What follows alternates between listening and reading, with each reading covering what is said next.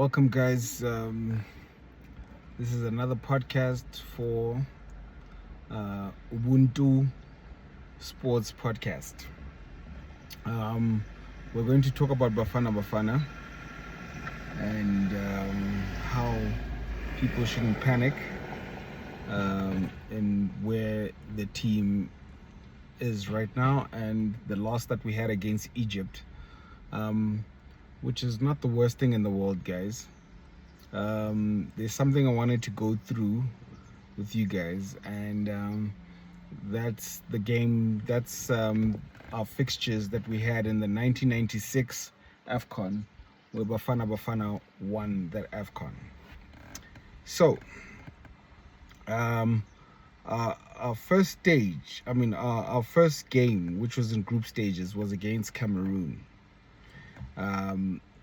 We beat Cameroon 3-0. Cameroon had a big name at the time, I must say. They were very well known to be a very strong African team, and they still are, of course. They produce some of the best talent in Africa for football. And then our second game was against Angola. We beat Angola 1-0, just like we've beaten Angola 1-0 from our first game. Okay. The third game that we played was against Egypt. Egypt seems to have some sort of bogey over us in this in AFCON. So Egypt beat us 1-0, right? And we made it to the knockout stages after we played Egypt.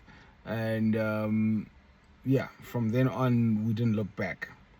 So the next game in the knockout stage, we played Algeria, and we beat Algeria 2-1. And then in the semi-final, we played Ghana. Ghana were also known to be African giants, and still are African giants, and produce some of the best talent out of Africa for football as well. And don't get it wrong, so does Egypt and so does Algeria. Does not take anything away from the teams that we beat. So we beat Ghana 3-0 in the semi-final. And then in the final, we played Tunisia. We beat Tunisia 2-0. So all this panic about us losing 1-0 to Egypt, we just need to calm down a bit. It's not the worst thing in the world. We still can easily qualify for the next stages. And what happened now is that also, if you look at the Egypt game, some of the calls that were not called and blown in our favor against Egypt, like the handball Mo Salah did, and the penalty that was not given as well in the box. On any other day, probably a different ref that would have, we could have actually won that game and capitalized on that penalty and that handball. So I don't think we need to stress too much. I think Bafana's got this. I must say, Bafana's had many doubts before in the past because of what the results that they've been getting in the past. But since we've had our new manager who's been taking us to greater heights. I think we're completely a different team. We're a different team. At first, I used to be scared of teams like Nigeria, because Nigeria were always our nemesis, always got the best out of us. They were always winning games, winning against South Africa or Bafana Bafana. I feared Egypt, because Egypt they also seem like a bogey team of ours. I fear teams like Senegal. I fear teams like Ivory Coast. I fear teams like Cameroon. But for the first time, I actually feel that we are capable of taking on any team that we face. as Bafana Bafana. So I really don't think there's any need for panic. I do think that Bafana Bafana are going to do extremely well in this AFCON, and if not go all the way. I see us definitely being in a final or semi-final, and if I'm wrong, I'm wrong. Yeah, but I just have a good feeling that we're actually going to do quite well. One of the reasons I started doing this podcast is because I wanted to show Bafana Bafana, and I wanted to follow Bafana Bafana's road to the World Cup, because I also feel like we could actually do wonders at that World Cup as well, to be honest with you. I'm not worried at all. The group stages does look a bit challenging with South Korea, with sorry, let me actually just double check who we're playing.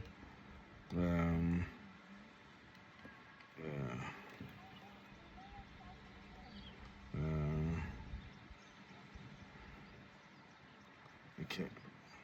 Bafana Bafana World Cup fixtures. Okay, so South Africa will face off against Mexico on the 11th of June 2026 at 9 p.m. Okay, cool. So we start with Mexico, and then next is the team that still needs to qualify in the group stages, which hasn't been announced yet. And then our third game is against South Korea. Yes, it's South Korea. So we'll have to see how we do against Mexico. Are a very good team. They do have home advantage at the fact that we're playing in the Americas. So they definitely have a big home advantage, but I am not worried at all, guys. You know, Bafana Bafana people thought that the reason why we did well back in the days was because of Madiba magic, and credit to Madiba. Madiba, we did a lot of things to try and make our president, to give him thanks and recognition, by winning the Springboks 1995 World Cup and by winning AFCON in 1996. Man, growing up in those years was amazing to witness the country come together and be so happy at this country winning such big sporting events. That was, oh man, I remember as a child when we won the AFCON.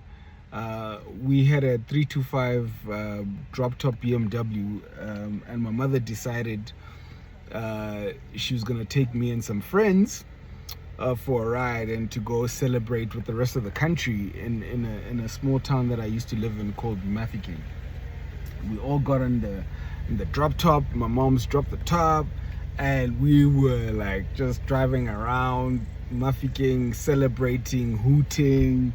Everybody was just so happy. I've never seen South Africa like that in my life.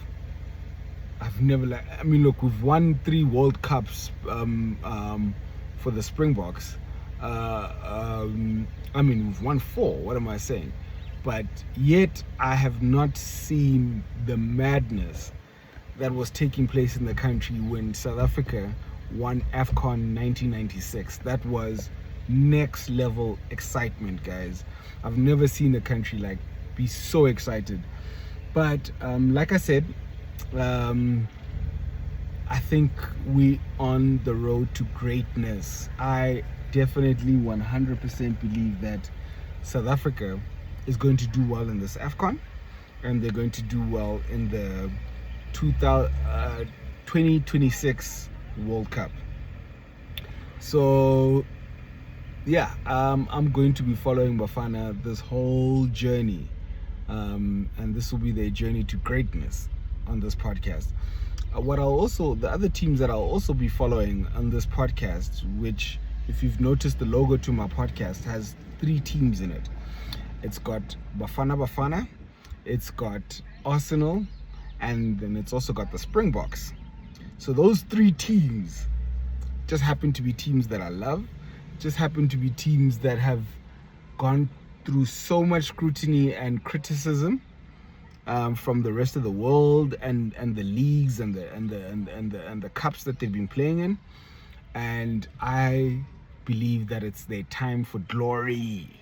It's time for, I mean, the Springboks are already there. Like, we can't compare the achievements that the other two have done compared to the Springboks. 4 World Cups, no team in rugby history has ever done that, right?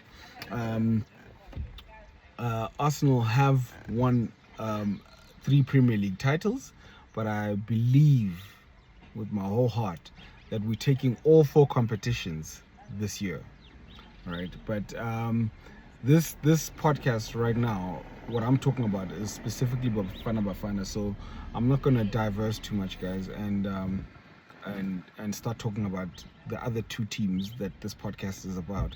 I will only stick to Bafana Bafana. So we are playing Zim, if I'm correct, tomorrow at 6 o'clock, and yeah, I'm not worried. I think Zim put up a good fight against Egypt, and so did we.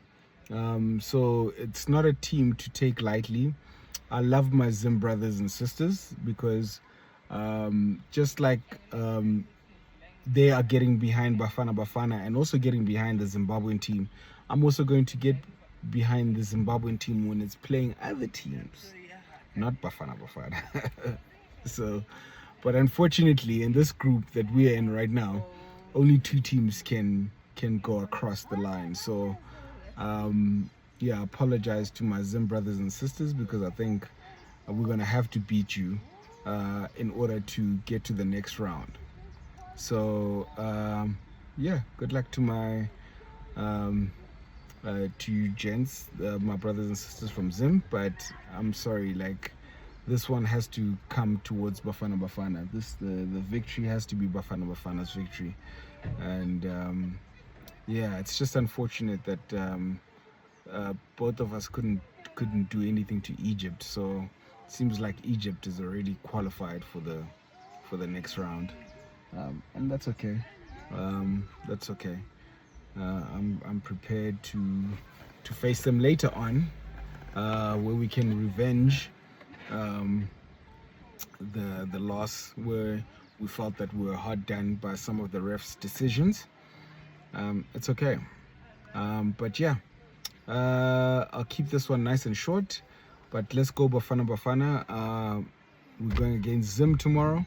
Let's show the world the greatness that this team is all about. Peace.